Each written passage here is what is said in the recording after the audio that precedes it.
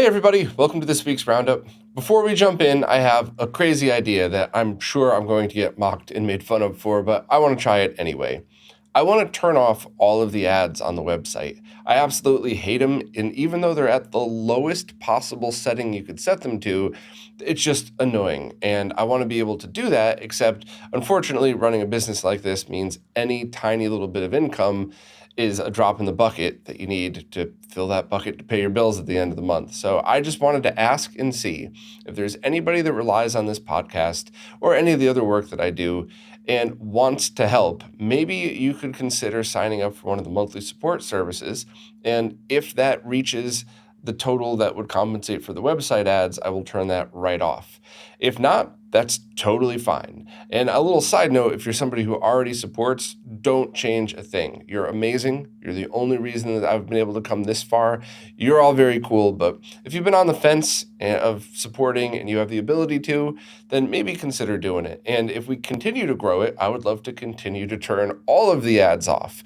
I know I'm getting a little bit ahead of myself here, but if enough people share the monthly support services like Patreon and Floatplane and feel like signing up, then maybe I could also turn off YouTube ads and podcast ads. And I would love to just be 100% funded by the community that I work for. You're all my boss, and I always take everything that I do and all of you seriously. But I wanted to just float that out there, and I'm expecting nothing.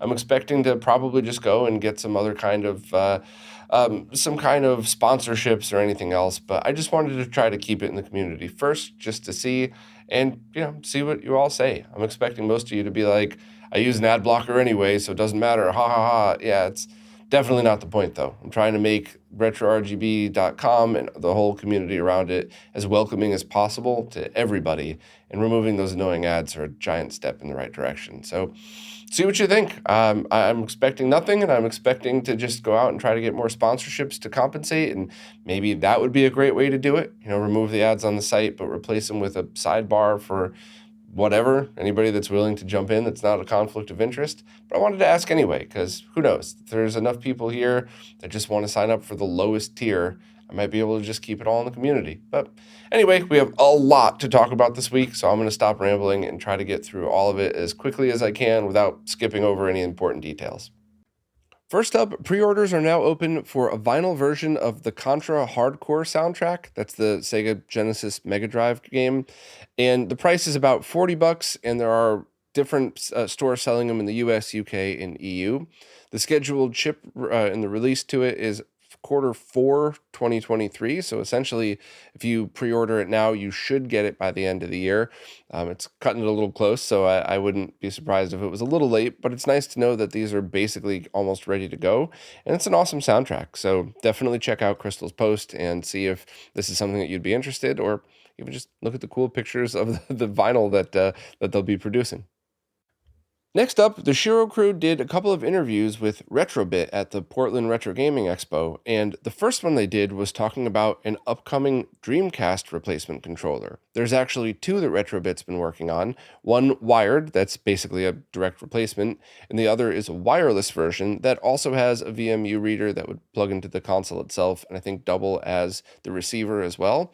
And they look very interesting. They're the original shape of the Dreamcast controller, however, they also offer 6 buttons on the front, and then more modern D-pad and analog sticks as well. So these really do have the potential to be awesome. I think good replacement Dreamcast controllers that are the shape of the original aren't really something that you could find. And yeah, I know a lot of people don't prefer the original controllers. I do. I think they're pretty good, except the D-pad for fighting games. I would always prefer a fight stick for that anyway, but who knows? Maybe that'll actually solve that problem. And of course, because it's the wireless versions going to be meant to work on everything, you could also use it on Mr. Switch, PlayStation 3, PC, etc., etc. So that's actually very cool too. If there's ever a Dreamcast style game that you want to play on any of those platforms or through emulation, then you should be able to use it as well. So they're trying to have the pricing be about $50, give or take. And that's just kind of interesting because I think that's a good price point, especially for a wireless controller, with the wired being 10 or $15 cheaper, give or take. So it looks cool. I think that this is a product that I hope Retrobit finishes and gets to the market.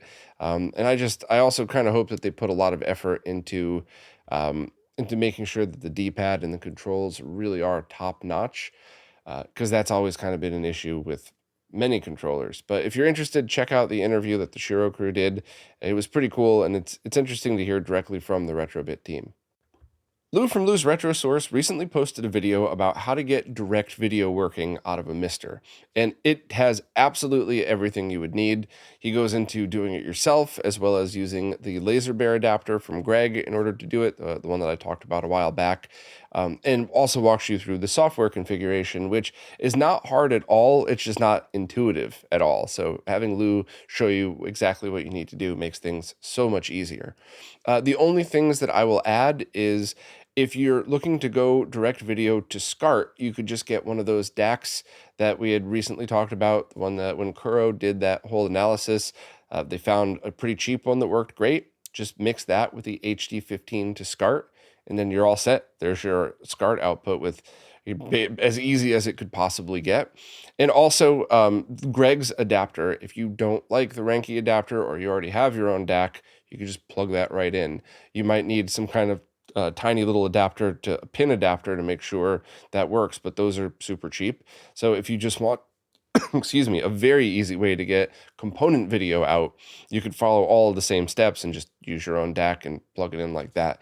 And if you want to make sure that it sits in there properly, just add a dab of hot glue or something. And that is the perfect use for hot glue because it's not permanent, and you could pretty easily throw some drops of isopropyl in there and pop that off. So yeah, awesome video, walks you through everything you would need. I just wanted to add my own little nerding here just in case, but definitely check it out if you're interested in this stuff. And I've always been a big fan of direct video, both because you could save some money on an IO board if you're just looking to try out Mister first, but also because it has the potential to do slightly better quality video output depending on the DAC that you're using and the cores that you're using. So definitely check out Lou's video and post, and the post has all of the links to everything you would need in there. So definitely check that out if you're even wondering what direct video out of Mister is like.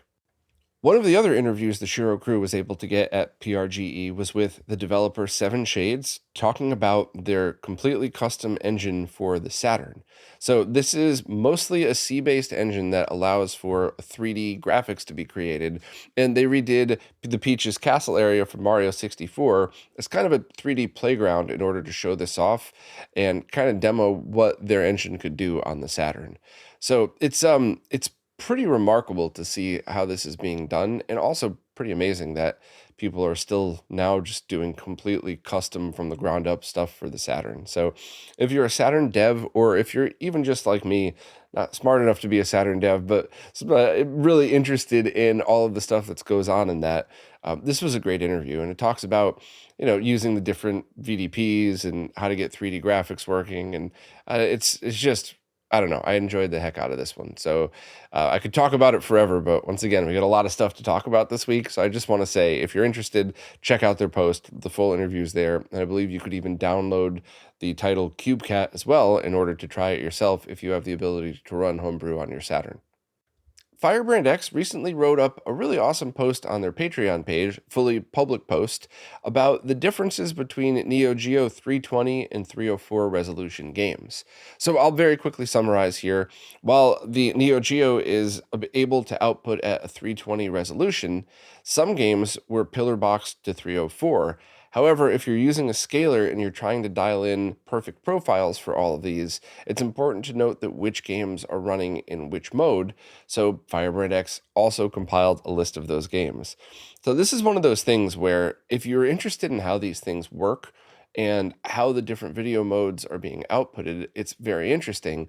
But if you don't really care and you just want pixel perfect stuff, what FBX has done is basically been able to say, just reference this list, and when you load a game, load the corresponding profile, and that's it. So this is going to be perfect for RetroTink 4K because you could just drop these profiles on an SD card.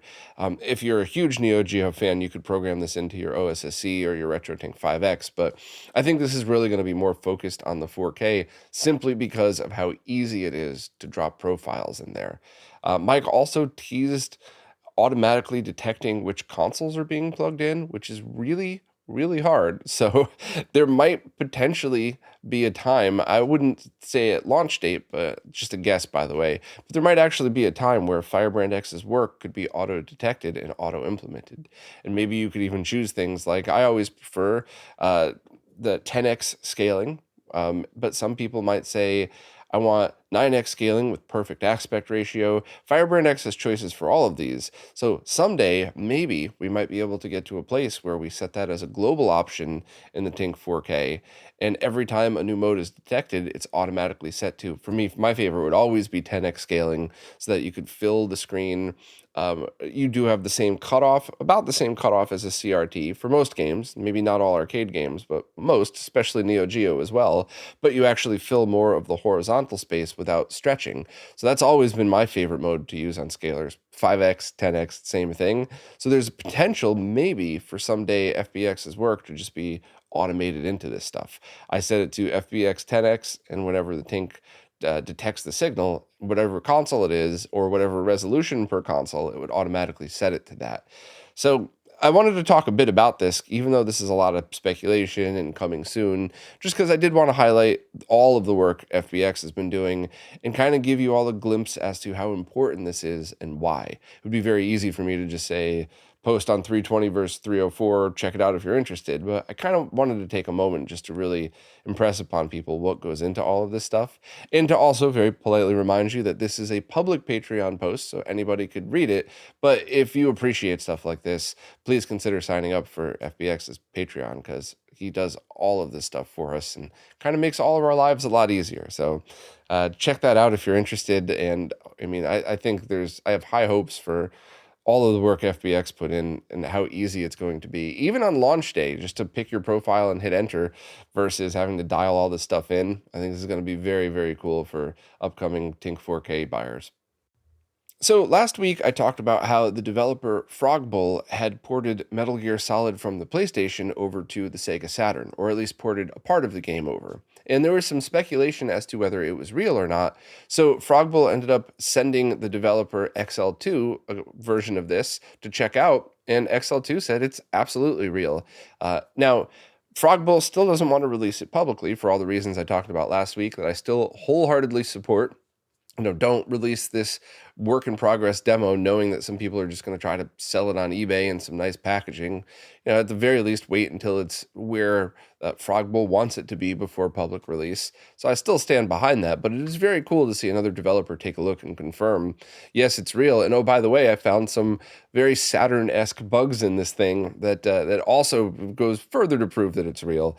And it was kind of surprising and a ton of work to make this happen. So if you're interested in the details behind this, please check out the post. But I think stuff like this is so unbelievably cool. And yes, you could just fire up your Mister and play Metal Gear Solid on the PlayStation Core if you wanted to, but that's not what this is about. This is about kind of doing things that were always thought to be impossible and kind of just nerding out on a different level. So if you're interested, check out the post. But yeah, shout out to Frogbull and XL2, because this is very cool and very interesting to see. The other interview that the Shiro crew did with Retrobit was about their upcoming Saturn Wireless Pro controllers, the one with the two analog sticks. And overall, the interview was good. They went through a bunch of different details. There's a few things that I would like to highlight here. First, it seems that it's a really well-built and comfortable controller. It doesn't match up perfectly in size, obviously, because it has the analog sticks on it. But while they only got to spend a little bit of time with the demo units, the Shiro crew was generally impressed and liked it. So, obviously a full detailed review would have to be done in order to really see if these things were good enough or not. But overall, it's very promising. Also, I believe this is the first time Retrobit has ever publicly talked about latency before, and they said it has about 1 frame of lag. So that's kind of interesting too, because some of their wireless controllers are about that. Some are faster, some are slower. And I don't know, I don't think they went into detail really about how they test. So that's something I would definitely like to still discuss with them and offer any help that I can, because getting accurate measurements is so important. And also knowing what to brag about is also pretty important as well. Put these things in context with others. And I would like to just have a conversation with them about this, because I think I could help in a positive way, not finger wag, but promote the right stuff that they do. But continuing on, though, one of the other things that I definitely wanted to mention was that their Retrobit doesn't want fans to judge the wireless Pro controller purely on how accurately it would emulate the Saturn's original 3D control pad, simply because there was a custom chip in that original 3D control pad that was designed with the code of games like Knights. So to be accurate and to do very interesting things, that in order for them to recreate that experience, they would have to reverse engineer that chip, which means they might have to decap it. They would do all the things that the Mr. Team does, and then they would probably have to put a cheap FPGA in its place, because spinning off a whole rerun of a reverse engineered circuit would be way too much money. But doing all of that would significantly raise the price of the controller. So it's always an interesting position to be in when you're a company like this. Do you try to charge the typical, 40, $50 for a wireless controller? Or do you go through the trouble of reverse engineering that circuit just for a few games and then have to charge $100 for the controller, alienating an entire audience that would have bought it if it was cheaper? So I definitely understand what it's like to be in that position, and I think they probably made the right move. But who knows? Maybe there's things we could do in the future to help improve. Maybe there's some homebrew stuff. But overall, I just think it would be pretty cool to try it out with games like Knights and see if it's good enough. Do we really want to just stick with the original 3D controller, or is this going to be decent for most people and offer other options like compatibility with Mister or the Switch and stuff like that? But overall, if you're interested, check out the interview that they did. I definitely want to follow up and do my own interview as well, because there's certainly a lot of things that I'd like to ask them about, and both positive things as well as some bugs that haven't really been fixed in their controllers for a while that people keep asking them about. Some are way more important than others. Not to be disrespectful, but it's the truth. Some of the complaints I've been hearing about their controllers don't matter to most people, and others are a very, very big deal. So I would love to just have a long chat with them about this stuff and how they manufacture and make these products. And I haven't reached out yet, but I will soon. I just don't have the time for anything anymore, but I would really look forward to that. So I'll try and talk to Ron from Retrobit, and maybe he could get himself and one of the engineers on to just have a nice chat about this stuff. And I also really, really want to highlight the good things that they do as well, because obviously I talk about their stuff all the time. There's a lot of really cool stuff that they put out, and I would love to support that. So we'll see. Chris from Displaced Gamers recently released a video trying to answer questions about Terminator for the NES. So, landing is difficult, jumping is inconsistent. Sometimes you appear to land but fall through the ground. Sometimes you fall off the edge of a platform when running, even though you swear you pressed jump before you got there. Sometimes jumping to the first ledge works, but then trying to jump immediately to the second doesn't. So, what's happening? As usual, Chris does a great job digging into the details of this. And it's always interesting kind of talking about this here, because people who are fans of Chris's work are probably thinking, all right, Bob, we get it. We love these videos. Just say there's a new Displaced Gamer video and move on. Don't spoil it for me. But I also want to always take a couple of moments for people that may have not been familiar with Chris's work, or how these videos kind of dig into behind the code of some of these games. Because even if you're not a programmer, if you're a nerd who's curious, you will definitely be able to follow him. I'll admit, Chris is smarter than me, so a couple of times in every video, I usually have to rewind and re-listen to a little thing just to make sure I got it, but I always end up getting it. So I would say that if you've ever played Terminator for the NES and have been frustrated by it, this is a must-watch. Or if you're just a fellow nerd that wants to understand how these things work and kind of why some older games are basically broken and others aren't. So this is another good one, and thanks to Chris for continuing to make these. Another vinyl soundtrack pre-order opened this week for the game Cotton Fantastic Night Dreams. This was music pulled from the arcade version of the game, even though it was available on a bunch of different platforms. And the price is about $40, and it should ship to you by the end of this year. Same disclaimer as last time. Never know, things might be a little bit late for stuff like this, but it's another one that seems to be pretty cool. The vinyl itself looks very neat with an orange, black, and green splatter version. So if you're into that game and you like the soundtrack, absolutely check out Crystal's post. And it's cool to see this stuff being released, especially when they go back and get the original arcade soundtracks. It's always harder to do, but it's pretty cool when they take the time to do it. So check it out if you're interested. Roger, aka 8-Bit Esquire, recently posted a video showing off how PVMs are different from consumer TVs, what higher TVLs are, and demonstration of how those look when sitting close up or at a normal distance. And I thought it was a really great video. I have to just reiterate one of Roger's points and something that I say all the time before I continue. Any CRT is an awesome choice for retro, with the only exception being if you live in the middle of a very busy city, RF only might have a little too much wireless interference. But other than that, any CRT is an excellent choice for retro. Any console that outputted 15 kilohertz, any CRT is great. And even some of the later ones, you might still enjoy a CRT, or you might actually just end up with a 480p VGA CRT monitor. Consoles like Dreamcast, GameCube, Xbox, and Wii are also probably a step up when if you could have a 480p mode like that. So just I always want to drive the point home. Any CRT is a win, period, end of story, as long as it works and it didn't cost you too much money. But if you're interested in the PVM, BVM side of things, then definitely check this video out. Even if you don't like the higher TVL and sharpness, even if you prefer the charm of a fuzzy old RF connection on an old TV, it's still really cool to kind of look into what these things can do. And it always cracks me up listening to different people's favorites, because everybody's eyes are different and everybody has different preferences for stuff. And there's definitely people out there that think too high of a TV line count would kind of make it a little bit too smooth for 2D games, but amazing for 3D games. There are some people that don't want to see the mask at all, so they prefer the high TVL sitting at a distance. There's crazy people like me that prefer certain consoles on certain displays. Because I always played Neo Geo in the arcade as a kid, I prefer to play those games on non-Sony tubes, because there were never Sony tubes in arcades.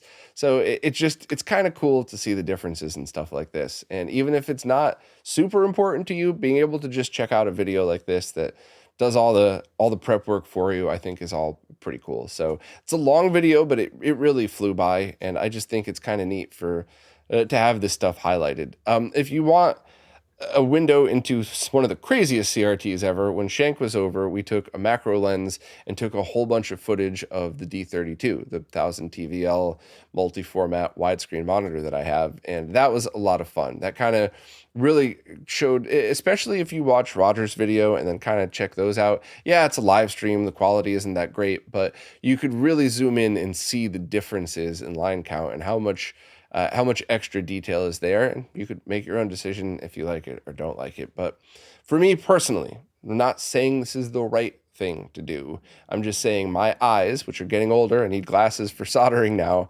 I like high TVL consumer TVs or low TVL PVMs. So a 600 TVL PVM for 2D graphics, I think is amazing. But when you switch over to early 3D graphics like N64, PlayStation 1, Saturn, I love the higher TVL because it sort of blends the 3D graphics a little bit in a way that you kind of get all the sharpness of RGB with some more of the forgivingness of composite, because there's so many extra lines. You don't see them as sharp edges. I don't know. It's one of those things that you got to really see it for yourself. But like I opened this section with, there's no wrong answer. If you're using a CRT, you're winning. Period. End of story. That's it. And if you're just crazy like us, check out the different types of monitors. And even if you have no desire in spending a ton of money, you could still at least just enjoy it and see what it's like. So thanks to Roger for doing this. And I don't know, hopefully this was a little bit of a perspective on TVL and stuff, and hopefully I didn't ramble too long, but obviously I liked the video or I wouldn't be talking about it. Next up, Stone Age Gamer now has stock of 2 cool items for the GameCube that are in stock, ready to ship, not a pre-order. So I wanted to talk about both. The first is the BlueRetro controller adapter, which is $30 plus shipping, and it comes in 3 colors: orange, black, or atomic purple, just to match the original GameCube colors.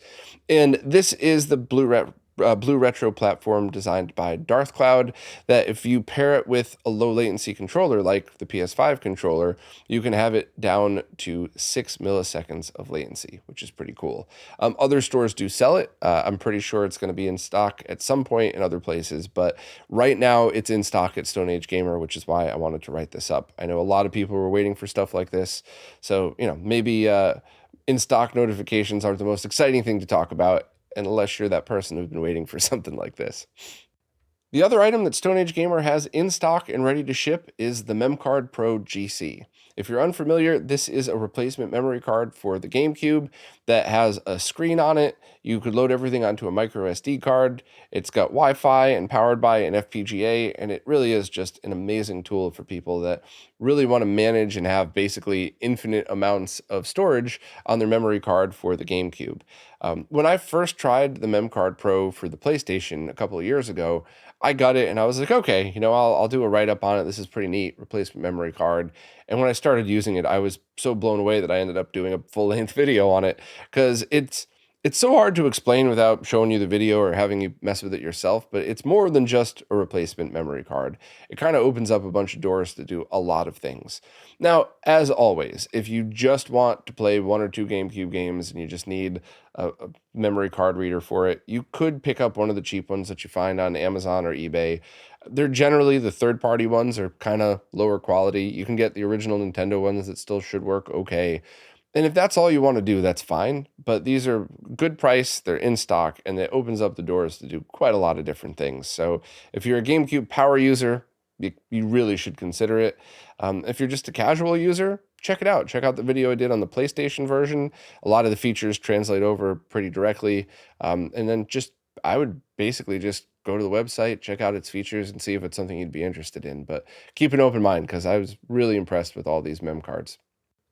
The developer Retro Love Letter has ported the original Tempest arcade game to the 3DO, which is a very cool port. Retro Love Letter's worked on a bunch of other ports for the 3DO as well, and has some in progress, but this was absolutely awesome to see. The original Tempest running on such a unique console, and I absolutely love stuff like this, and I'm also a giant fan of Tempest. So while it's fun to play with a regular controller, spinner controllers completely change the feel of it too. So who knows, maybe we'll have 3DO spinner controller support at some point in the future, but very cool to see. Apparently it runs without any problem whatsoever on Fixel's ODE. So if you have a 3DO ODE from Fixel, just load this right up.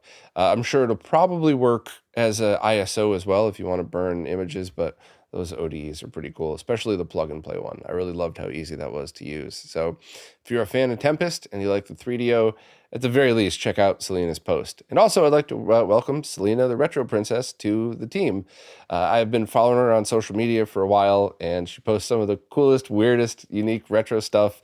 And there was 2 in a row this week that she found stuff before even I did, and I was like, could you join the team? Anybody that's this much into this stuff really needs to share your knowledge with everybody. And luckily she was into it. So as with all of the writers, they're welcome to contribute whenever they feel like it. So there's never any pressure or anything like that. But I do hope to see a couple more posts from Selena, because she's always got some weird and interesting stuff to talk about and always captured my interest. So welcome. And what a very interesting and cool first post. Tempest on the 3DO. Next up, Jimmy Hopper released an absolutely awesome deep dive retrospective on the first role-playing game released on CD-ROM, as we know it here, Far East of Eden. And this was a game that was largely overlooked in many other parts of the world for a long time, because it really only had a localized release. But it's something that absolutely deserves our attention, because it was the biggest RPG of its time. It was the first to include voice acting, and even had a few fully orchestrated soundtracks. So Jimmy kind of dug in and really got interviews with some of the original crew and showed off a lot of stuff in it. Honestly, this is one of those things that I don't even want to spoil it anymore. I guess I would I would suggest reading through the post, unless you already know that you want to watch it. But if you're like, oh, I'm not really sure if I'd be into watching something about that, the post is a perfect summary and teaser of what to expect. So I would just kind of skim through this post, but I have a feeling by the time you get to the end, you're probably just going to be like, okay, I'm adding this to my list. And it's a full-length documentary, if you will. So set some time aside for it. It's like 45 minutes long, and I think it'll add some very cool perspective to the Super CD-ROM's Far East of Eden RPG game. I think it's pretty cool, and it was awesome video. So thanks again, Jimmy, for taking the time to post it here and to add that detail to the post too. For a lot of times when I try to talk about things that I'm into, or even things that I'm not super into, but I appreciate how important they are, I don't always feel like I do a good enough job hyping it. So when somebody like Jimmy comes in and puts it in their own words, it just makes it so much easier for me to be like, oh yeah, I got to mention that too. I also have to mention this because it's I don't know. I want to do all of this stuff justice. So definitely check out the video. It was very cool. And once again, thanks to Jimmy. Now it's time for this week's Mr. Updates, care of Lou from Lou's Retro Source. I have to record these earlier than normal, so I actually beat Lou to the punch. His video is up, but the post on RetroRGB isn't, so I'm just going to skim through extra quick this week and go and talk about the things that I think stood out to me the most in this video. And the first is the Mr. Laggy, a tiny little device designed by Wickerwaka that can plug into the user I/O port, the snack port essentially, of your Mister, and run a custom core. The core is free, of course, and that will allow you to turn your Mister into a lag testing device. I've been testing a couple of prototypes of this, and even the first prototype was very accurate, but the version that was just posted is pretty much within a millisecond or two as accurate as your standard other Leo Bodnar, Time Sleuth, whatever. So while picking up a Mister and carrying it with you to test a bunch of different things isn't exactly the easiest thing, I think the fact that this is so simple and easy to build would really open up the doors for anyone who owns a Mister to now have a very cheap and very accurate lag testing device. So obviously, this isn't going to be the thing where you stick your Mister in your pocket and bring it to Best Buy, but if you already own a Mister and you're curious about lag, there's really no better way to do it. For the price that it would cost to make one of these things, I would definitely check out the GitHub and see. And who knows, maybe they'll be up for sale somewhere in the near future. But what an awesome project, and thanks again to Wickerwaka for making this for us. And I got to do a live stream with him again one of these days and test this out and kind of just hang out and see what else has been going on. Next up, there is a project called the Nest Hang, which is powered by pretty cheap FPGA-based projects like the Sipede Tang Nano 20 and the Primer 20K, or both are 20K, sorry, but those are basically low-cost FPGA development boards that can run a core, the NES core that was ported over to it. So this has the potential of leading to cycle-accurate NES handhelds, which is pretty neat. And if the price point's low enough, I definitely see this being something that could be implemented in a lot of fun different projects. Or heck, maybe even those companies that make the terrible clone consoles with those NESs on a chip that have some of the worst sound emulation ever. Maybe they could just put one of these in there instead and charge a few bucks more. As long as they credit the open source project, there's nothing wrong with that. And in fact, you could argue that if they make it work with cartridges, that's just awesome. Now we would hopefully have cheap NES clone consoles that aren't terrible. But for now, it's a really cool thing that you could build your own if you would like. Next up, Kuro, the developer who was doing all of that HDMI DAC testing, is testing more. Now, this is both amazing, thanks to Kuro, but nothing but positivity there, but also annoying because even if Kuro tested every single HDMI DAC on the planet right now, who's going to guarantee that they're still going to work the same the next time a new run of production is made and a new batch hits the market 6 months from now? So while I'm not taking anything away from what Kuro's doing, I think the community as a whole is really about to get very lucky because there's at least one person working on by the community for the community DACs and ADCs. We already have a pretty good ADC actually, but really focused on getting quality out to the consumer, and you're going to have to pay for it. You're not going to be able to get that at $8. But if you follow Kuro's work, you are able to figure out what's the cheap stuff that's available. And the one that Kuro had sent me a link to that I had posted a while back was $9, I think, and it worked great. And one of the many reasons why I always tell you to go to Amazon for this isn't just the affiliate link, but it's honestly because if you buy one of these, you plug it in and the blacks look terrible, double check that your settings are correct. And if it doesn't work, send it back. So that's the great thing. And you're not doing anything wrong. You're buying a product expecting it to work the same way the last one was, the ones that we tested. So if yours doesn't work right, there's nothing morally wrong with returning it to the seller. It's the consistency problem. So I love that we're finally having two paths. We have a dev out there really looking to get the cheap stuff rated for us. And we have at least probably two other devs out there looking to just get us one that you don't ever have to worry about. You buy it and it works. So awesome. As expected, Robert is still killing it with the N64 core. Even more updates, even more things that are added to it. So it's, I believe, My Life in Gaming and Modern Vintage Gamer also did videos on it recently, so definitely check it out. I mean, it's even if you're only a casual N64 fan, it's already starting to get, you could see the potential of how it's going to be better than the original in some ways. So thanks again to Robert. A pretty awesome update for the Saturn core. It could now load CHD images, which are images that are not compressed in a way that you lose audio quality or anything like that, but they're actually smaller. So if you're somebody who has a nice curated set, you don't need a terabyte SD card to store it all. You could cut it down to be quite a lot smaller. Actually, the CHD image files are pretty impressive in themselves. You might want to look into that if you're a nerd, how they work. That's probably worth a video or an explanation itself. But just for now, I'll say the Saturn core now supports it, which is great.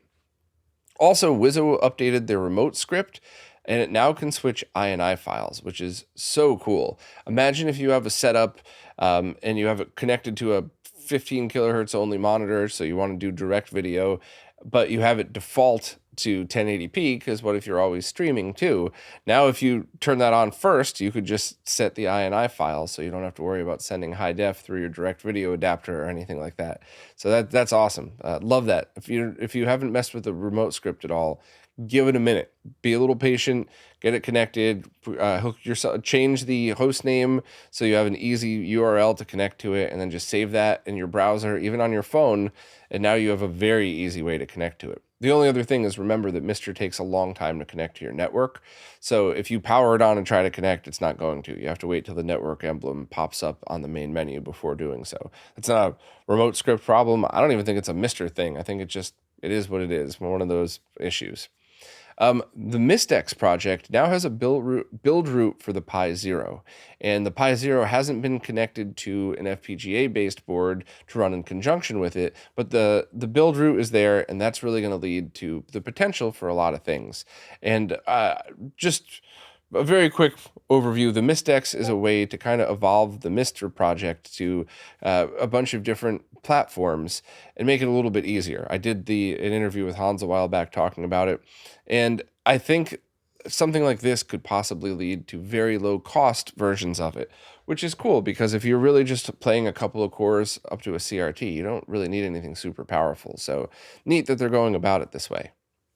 Next up, the Atlantis PC Mister boards are going on sale, or actually should be on sale by the time you hear this, for $25.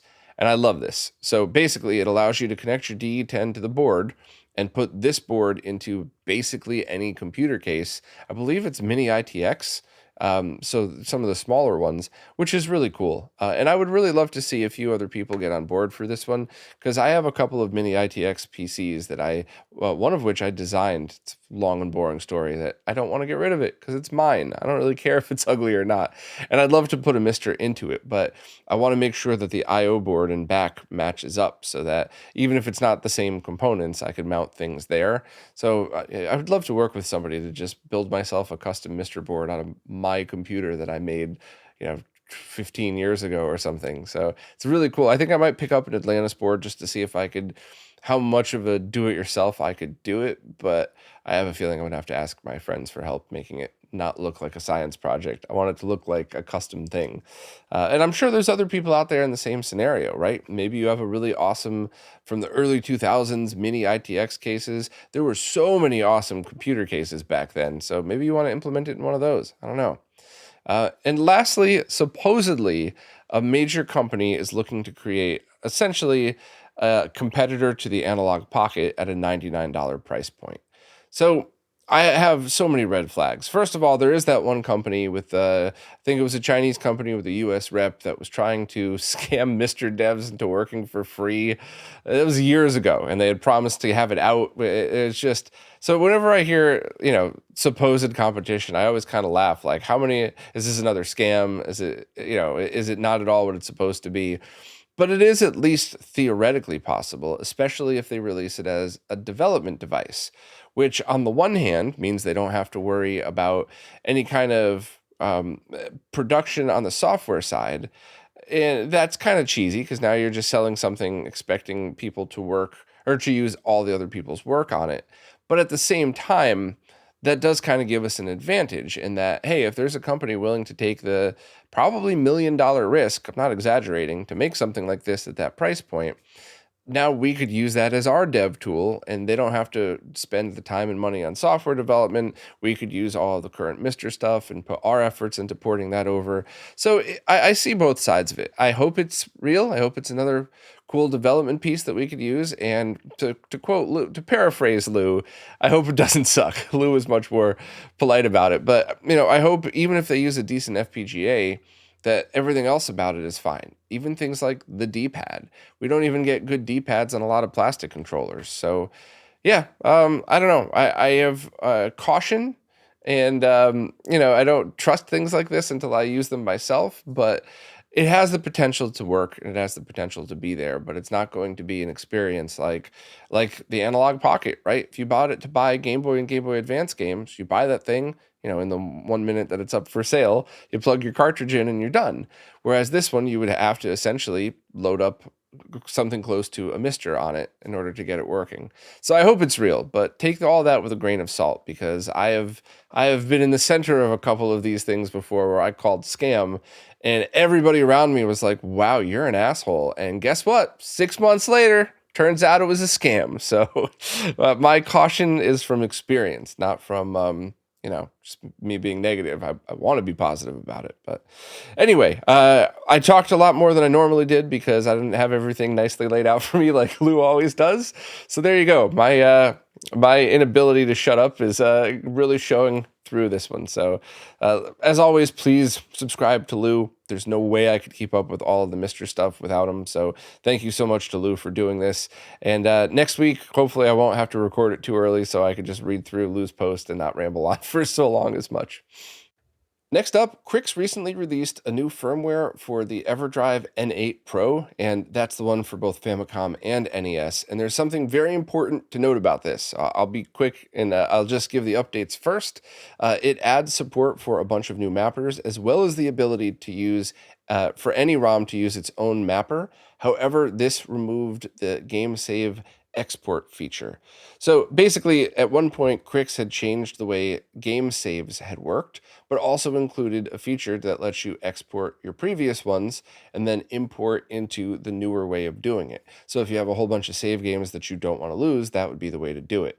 So if you're migrating now from an older version, OS version 2.12 or older, then it's recommended that you first install version 2.14, then you export the old game saves to the new format, and then import them all to this version. I think the exporter was removed to save space, which makes sense. So that's kind of an easy one. It's only a one-time thing once you've exported them and converted it. Now, anytime you have a new firmware update from now on, you don't have to worry about that.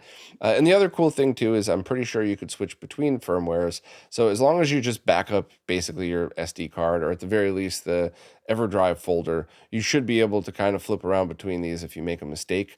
But I would just be careful and do it once and never worry about it again. It should be a pretty easy thing. But I just wanted to make sure I made that point. Also, because with all respect to Crix, if your Everdrive N8's working perfectly right now and you haven't been playing any of the newer Homebrew, or the games that you're playing don't need any of those extra mappers, you could just leave it exactly the way it is and keep playing it. I just wanted to kind of go through that, because if you did want to upgrade, and especially if any awesome new NES Homebrew comes out that requires this, you're just going to want to make sure to import your saves properly so you don't lose any of your save games. As always, though, just back up your Everdrive folder on a regular basis, and you probably don't have anything to worry about. But I wanted to make sure all of that was clear. And as always, thank you to Crix for always updating these products, even though they're long past the time where you should feel obligated to, but he still is. So that's very, very cool. All of these free updates are so appreciated, and we shouldn't take them for granted. We shouldn't just say, well, of course you have to do updates. You got to find a happy medium, and Crix has always been killing it with this stuff. So thanks very much to him for continuing all the support. And lastly, this post was yet again one that came in late Tuesday night last week, so it was after I had already recorded and edited the podcast, but I definitely wanted to talk about it this week because it's awesome. Apparently, the Saturn hacker Malenko had found 2 secret characters that were never discovered before in NBA Jam Tournament Edition. The announcer Tim Kitzrow and just another character simply known as Fox. So while Malenko was looking through the character data to see if IGN's full list of secret characters were there, that's where he stumbled across all of this stuff. And it's kind of absolutely awesome to still, all these years later, find secret characters hidden in NBA Jam. It's kind of funny too, because if you didn't grow up with these games, you might think it's neat. But if you were a kid reading magazines and trading stories with your friends, you definitely remember hearing some kind of secret character that either did exist and you just had to figure out how to enable them, or the ones that never existed and you're trying to figure out, what's a schoolyard just gossip and what's actually hidden characters. So this is kind of neat. This is something that I just always thought was awesome. And to play either of these, enter the names and birthdays on the name entry screen while holding L and R. So it's just Tim Kitzrow, KIT, for June 8th, and the character Fox is Fox in August 3rd. Details are right here in the post, of course, but that's just so cool. So now I want to go fire up NBA Jam Tournament Edition and play as Tim Kitzrow because he's awesome and so is the game. So thank you, Malenko, for finding that all these years later and sharing it with us. That's very cool. And is this info that anybody had put out there before and it was just kind of lost to time? Because I certainly never heard about it, but it would be kind of cool to find out. And I don't know, stuff like this is always awesome. Well, that's it for this week. There was a lot of stuff, so I tried to pace everything as best I could. I wanted to make sure to not skip over any important details or make sure to capture your interest if any of these sections were important to you, but I also wanted to try really hard not to talk too much about any one section, just knowing that there were a ton of these. I always try my best. I don't always get it right, but hopefully I did a decent enough job this week. But anyway, as always, thank you especially to everybody who supports, but also if you just listen, thank you. I appreciate it. Spread the word if you have other retro nerd friends that want to be a part of this community. But even if you're just here to hang out and see what's going on, thank you. You're so appreciated. I try to make that clear every week. And I try my hardest to not ever seem ungrateful, or if I mention the Patreon and the Floatplane accounts, I hope I'm not coming across too pushy. I just want to be able to keep doing this for all of you as long as I can.